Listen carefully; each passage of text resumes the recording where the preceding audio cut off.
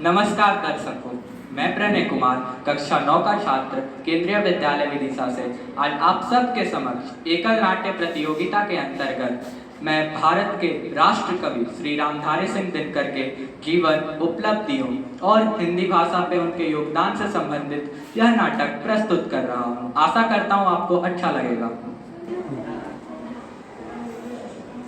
यह मेरा दुर्भाग्य है कि 8 वर्ष की उम्र में ही मेरे सिर पर से पिता का साया उठ गया।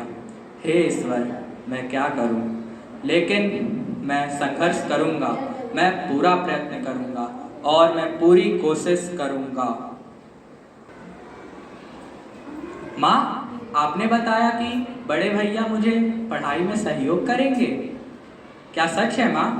मेरे बड़े भैया खुद की पढ़ाई छोड़कर मुझे पढ़ाने के लिए मजदूरी करेंगे। कितने अच्छे हैं मेरे बड़े भैया। वह अपने भविष्य को दांव पर लगाकर मेरे भविष्य को उज्जवल करेंगे।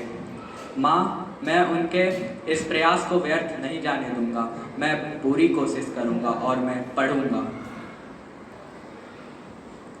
ओहो, स्कूल कितना दूर है। काश हमारे गांव में भी स्कूल होता तो सभी बच्चे पढ़ पाते, लेकिन क्या करें, मुझे कितना संघर्ष करना पड़ता है। मुझे रोज गंगा भी पार करनी पड़ती है और तो और इतनी दूर चलना भी पड़ता है, और कई बार तो मुझे अपने विद्यालय की आखिरी कक्षा तक छोड़नी पड़ती है, क्योंकि अगर आखिरी कक्षा नहीं छोड़ूंगा तो आखिरी नाव छूट जाएगी, और वो छूट गई तो शायद मुझे दिन स्कूल में ही बिताना पड़ेगा।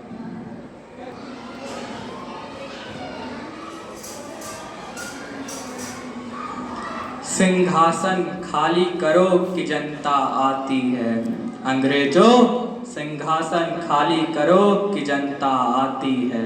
सिंहासन खाली करो कि जनता आती है।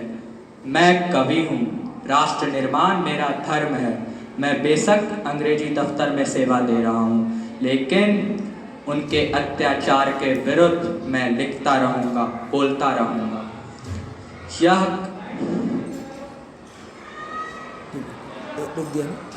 वह चाहे मुझे नौकरी से निकाल दें, दंड दें या तबादले कर दें, लेकिन यह कलम नहीं रुकेगी।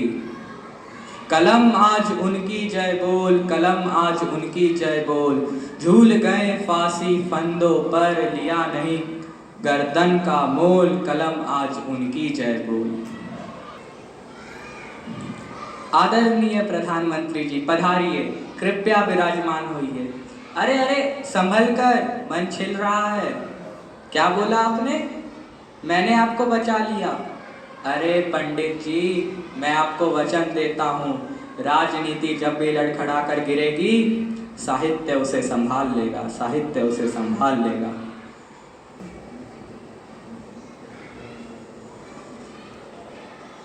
भारत देश आजाद हो गया। मैंने बहुत सारी पुस्तकें लिखी, सैकड़ों पुरस्कार प्राप्त कर लिए। अब मुझे तीर्थ स्थलों को देखने जाना है। दक्षिण भारत में मुझे भ्रमण करना है, और तो और मैं हमारे दक्षिण के समुद्र को भी देखना चाहता हूँ। मेरे घर के बच्चे मुझसे पूछते हैं, दादाजी आप कहाँ जा रहे हैं और हमारे लिए क्या लाएंगे, बताइए ना।